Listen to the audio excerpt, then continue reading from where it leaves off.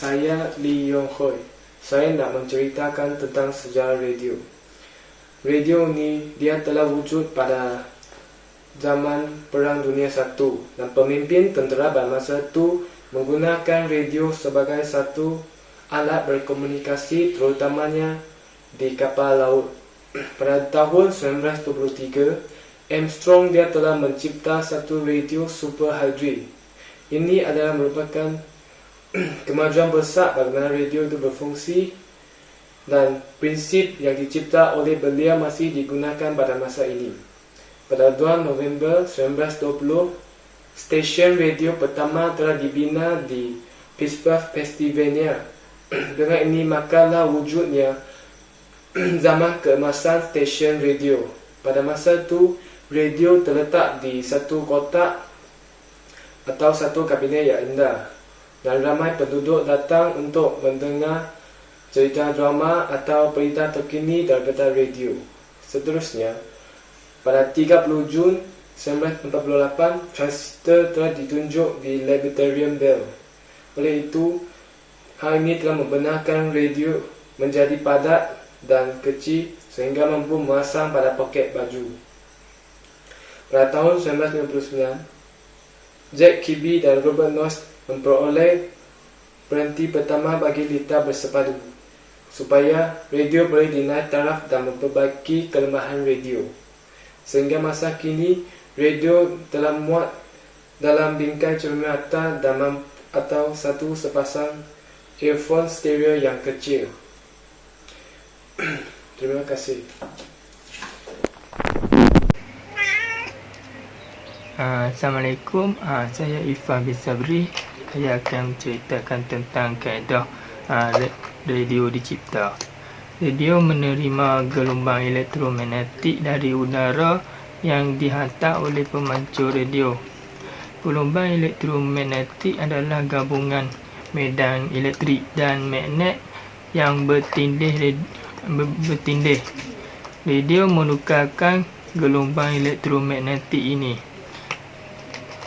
yang dinamakan isyarat kepada bunyi yang dapat didengar oleh manusia.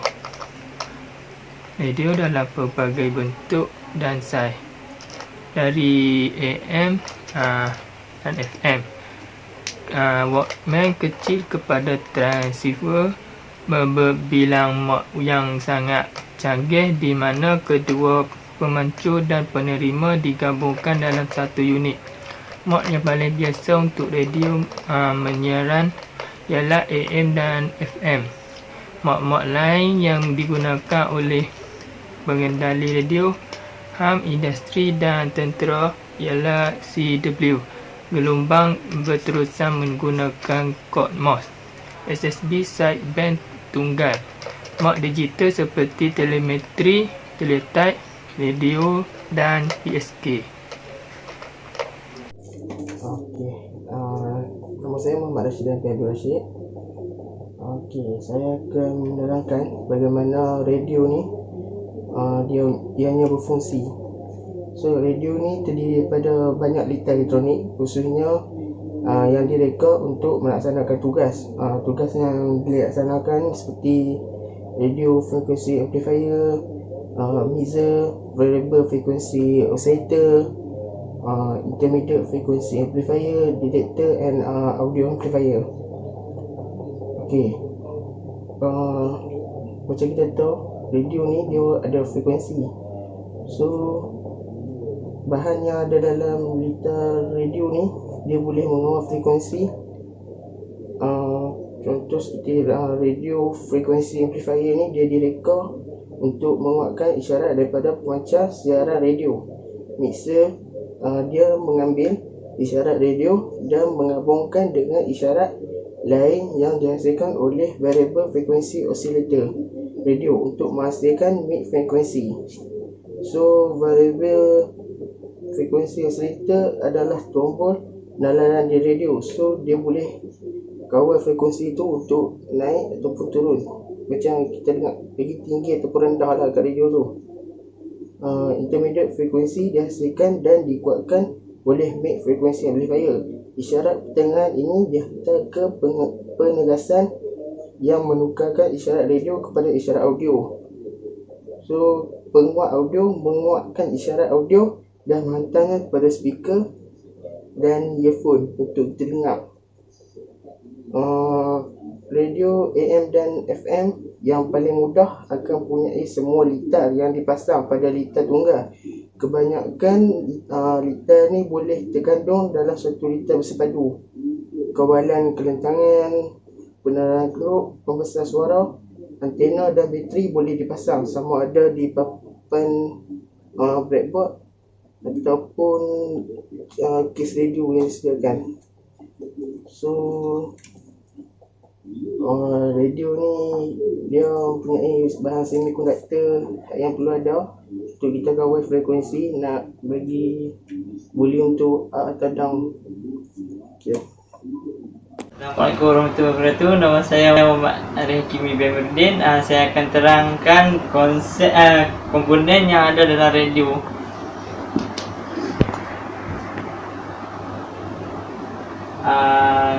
Komponen yang ada adalah seperti FM antenna, variable capacitor tuner, dials, on off switch and volume control, variable resistor, kapasitor, RF transformers. Dia ada 3 dalam radio: AM antenna, AM FM switch, RF amplifier, mixer, RF amplifier, detector and AF amplifier on integrate circuit. Lepas tu ada speaker, power transformers yang punya 110 VDC.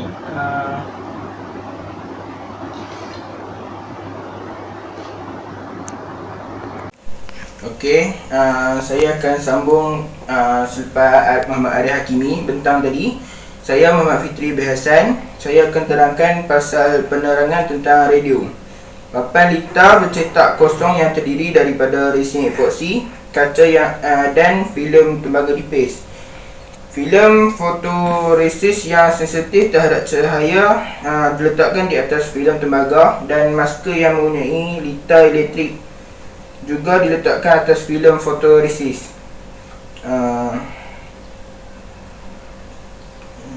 Apabila filem fotoresis terdedah kepada cahaya ultraviolet, imej akan terbentuk dan berkembang dan dipindahkan ke filem tembaga. Kawasan yang tidak jelas akan dibubarkan dan menghasilkan litar di papan tersebut.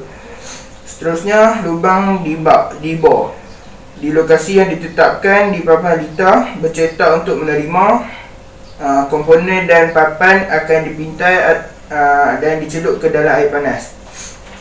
Kemudian komponen elektronik yang lebih kecil seperti perintang, kapasitor, transistor dan litar bersepadu dan gegelung dipasang pada papan litar bercetak dan disolder. Operasi boleh digunakan dengan tangan ataupun robot.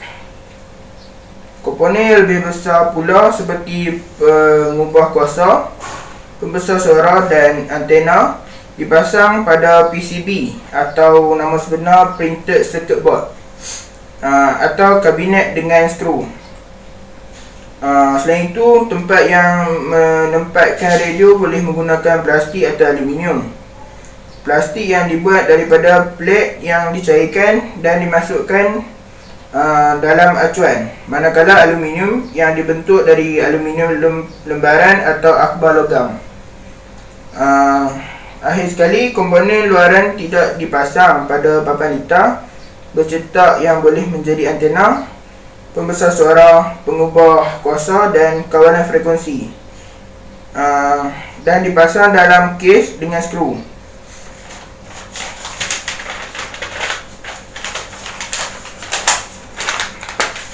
Papan litar ini bercetak kemudian dipasang dalam kes. Komponen luaran disambungkan dan disalurkan ke papan litar bercetak dengan wayar terlindung yang diperbuat daripada terbangga atau penebat plastik. Ini rujukannya boleh tengok di http www.medihow.com/volume-z radio.html #IXZZ6GOH MCQFJ. Sekian, terima kasih.